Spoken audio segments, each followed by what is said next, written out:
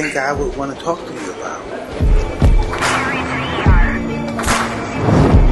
What do you think I would want to listen to you for?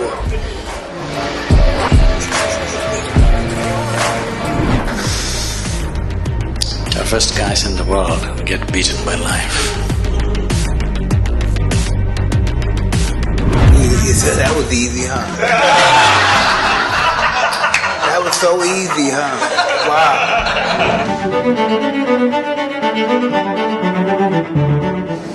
Why am I afraid?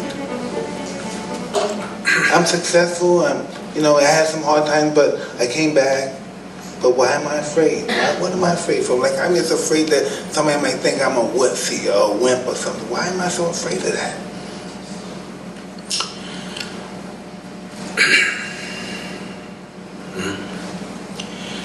We need to understand this.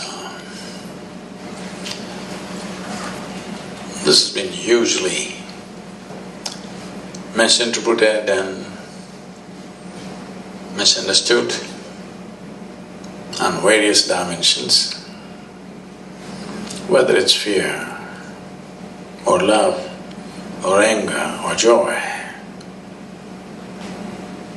We need to understand it's not about something, it's by itself. It is not that there must be something that you must be afraid of. It is not that there must be somebody that you are in love with. It is not that you are happy about something or miserable about something. You can be simply miserable. Hello? Thanks. Or you can be simply happy. You can simply sit here just by yourself and be very loving. You can sit here and be terrified about nothing. Because human experience is not created from outside. Human experience is happening from within. So what happens from within may sometimes find outside stimulus, but you can work it even without external stimulus. Hello? All of you are experts, aren't you? Without any external stimulus, you can create pain, you can create joy, you can create misery, you can create anger, love, fear, whatever you want. Because the seat of experience is within you. Only thing is you are not sitting there. You're crawling around it.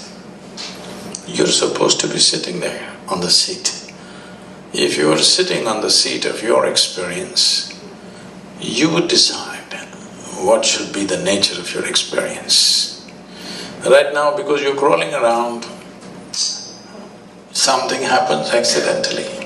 We find an excuse. It's because of this guy I'm suffering. Even if he's not there, we would find somebody else. Hello? If that guy is not there, we'll find somebody else. If that is not there, we'll find something else. So, this is not about something. This is about that you have not taken charge of the seat of your experience, that's all. You just need an excuse.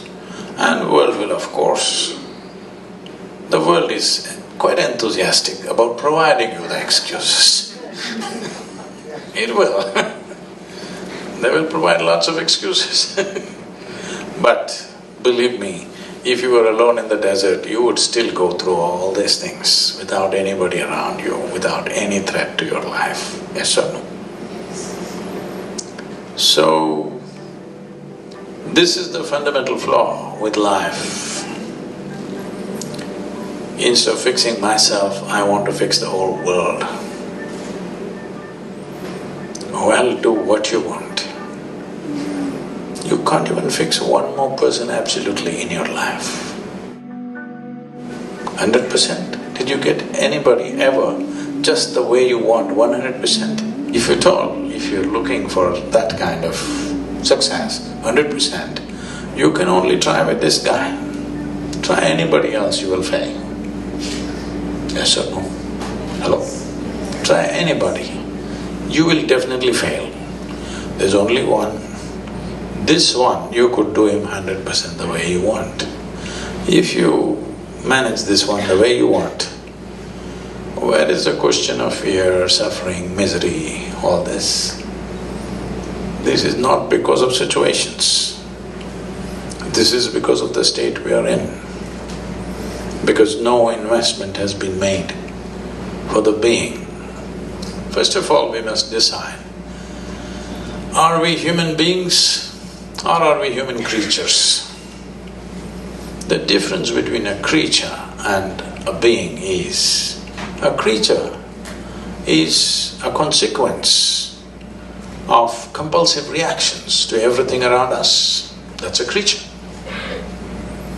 A being means you know how to be. If you knew how to be, would you be blissed out? Or would you make yourself fearful or miserable or what? What's your choice? You must choose. I'm going to bless you. Just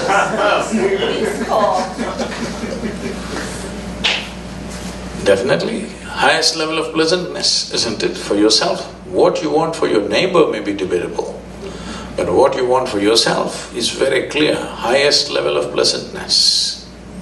Why such a simple thing is not happening? It is not happening because,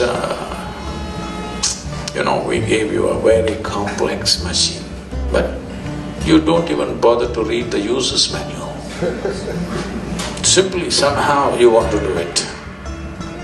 Such a complex machine, if you try to do it somehow, accidentally, it will cause much pain. So, fear is not about something. Fear is just your inability to manage your thoughts. They are running away ahead of you. Fear is always about something that's yet to happen, isn't it? Yes. So that means you're suffering something that does not exist. If you suffer something that does not exist, there are medically very bad terms for that. It's not about one human being, it's just literally 99% of the human population is in this condition. Different levels maybe, but 99% of the human population is in this condition. They are suffering things which do not exist. What happened 10 years ago, they still suffer. What may happen day after tomorrow, they already suffer. What happened 10 years ago does not exist right now. What may happen day after tomorrow does not exist right now. But things that don't exist, they suffer. Simply because two major faculties that you have which sets you apart distinctly from other creatures is, you have a very vivid sense of memory and a fantastic sense of imagination. These two faculties, which are the best things you have, this is what most human beings are suffering. They are suffering their memory and they are suffering their imagination. These are the greatest tools you have. So what should have been the most fantastic well-being? When I say well-being, you know Charles Darwin, that guy? Hello? He said, all of you were monkeys, not me. That all of you were monkeys and you became human. So, essentially, on this planet, you're the peak of evolution. You agree with me or no? Yes. So if you are the peak of evolution, that means you have come with the highest level of faculties. Because there are so many possibilities of being human. Because your life is not fixed like that of a creature. When I say not fixed like a creature, for every other creature, nature has drawn two lines within which they live and die. The reason why an animal's life looks so much simpler and better is because there are no possibilities. So what human beings are suffering is their possibilities. If you destroy the possibilities, you will also be fine. If you want, we can have a portion of your brain removed. You will be so peaceful. You will not know fear, you will not know suffering, you will not know anxiety, you will not know nothing. Yes. All we have to do is take away the possibilities. With the possibilities, the problems are also gone. So right now the problem is the fantastic possibilities that have been invested in us. So to take away the possibilities, either we can remove your brain or we can soak it in whiskey. Both ways you can do it. You take away the faculties, then you're okay. So, the problem is just this, that when you're given something so complex, you need to spend a certain amount of time knowing the nature of the machine that you're using. See, some people are handling these cameras. That's not a spacecraft. It's a simple enough machine. But I'm sure these guys have spent years trying to know it the best. Just any of you get there and do it, what will happen out of it? Just see a simple machine like a camera. Yes or no? Somebody invested their life. The better they know it, the better they use it. Is it so? Yes. Why is that not true with this? The better you know this, the better you use it, isn't it? So if you know it really well, people say you're realized.